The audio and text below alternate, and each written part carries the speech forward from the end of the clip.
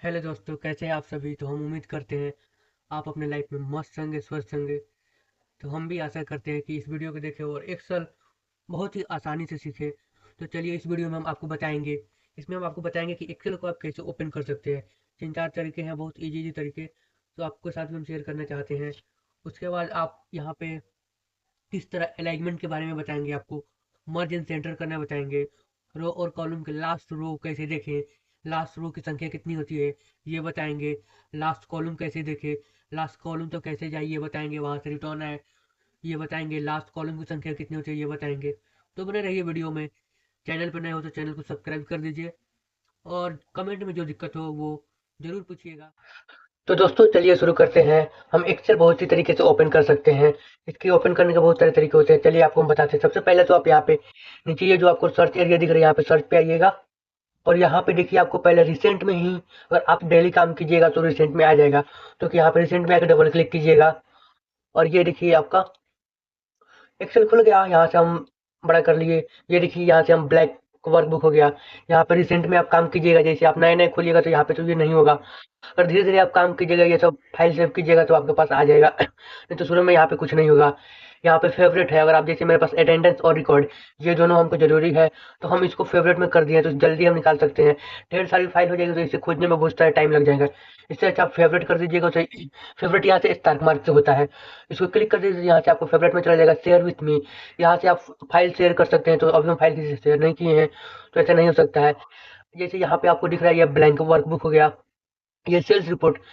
ये सब आपको ऑनलाइन क्या बोला जाता है, ये सब एक फॉर्मेट तैयार रहता है। आप काम कीजिए और सीखिए, सीख लीजिएगा। उसके बाद आपको इसका पता चलेगा कि इसको कैसे यूज करते हैं।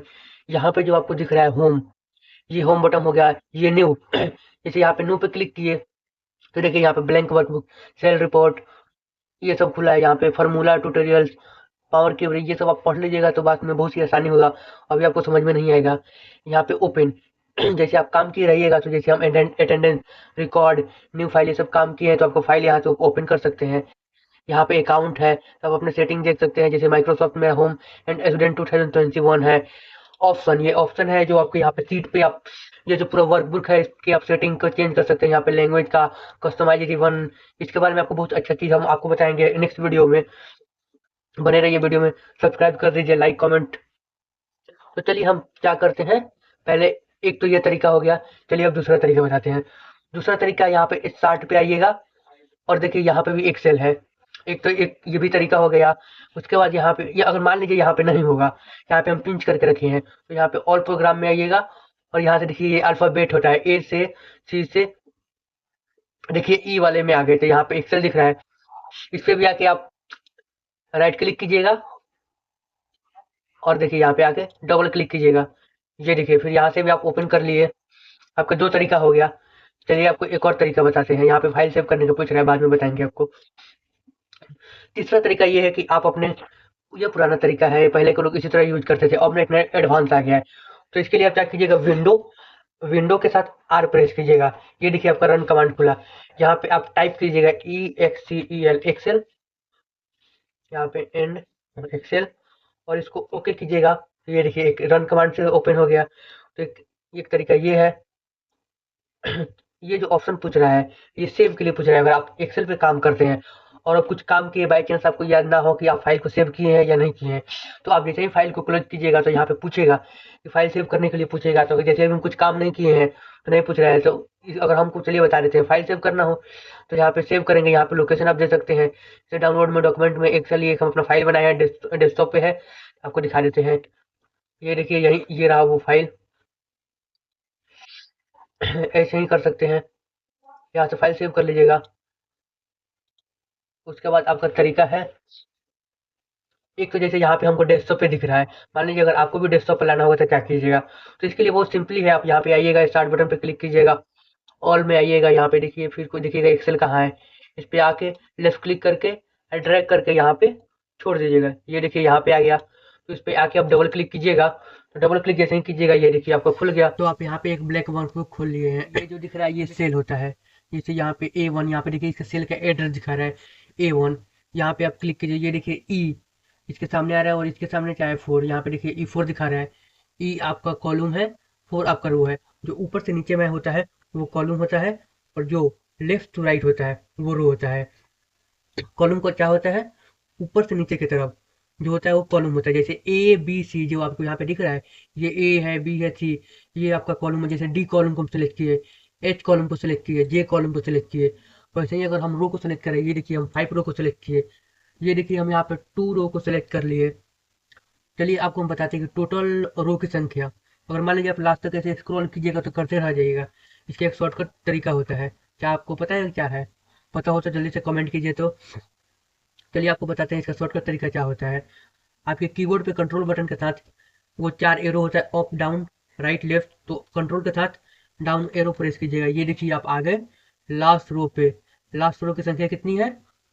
10,48,576। कितना है? 10,48,576। इसको कॉपी में नोट डाउन कर लीजिएगा। ये क्वेश्चन बहुत ही पूछता है, कोई भी एग्जाम में आप तैयारी कीजिएगा उसमें पूछ देता है। चाहे कहीं भी इंटरव्यू देने जाएगा तो उसमें पूछ देता है कि टोटल कॉलिंग की संख्या कितनी होती है। तो ये तो आपकी रो की संख्या हो गया 10,48,576। टोटल कॉलम की संख्या होती है आपका, चलिए बताते हैं। ये तो आप रो पे आ गए। अगर अब हमको ऊपर जाना है, अब हमको ऊपर जाना है तो क्या करेंगे? जैसे हम नीचे आए हैं वैसे ही कंट्रोल के साथ अप बटन प्रेस करेंगे। ये देखिए हम ऊपर आ गए।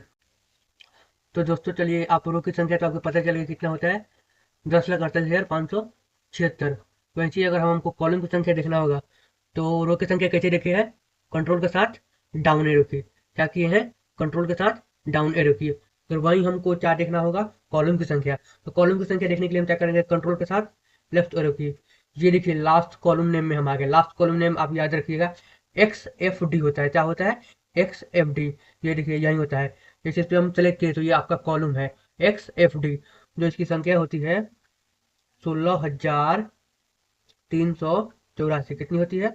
16,384। टोटल रो की संख्या कितनी होती है? 10,48,576। कितनी होती है? 10,48,576। ये आपकी क्या होती है? रो की संख्या। R W role. तो रो कितनी होती है? 10,48,576। और कॉलम होती है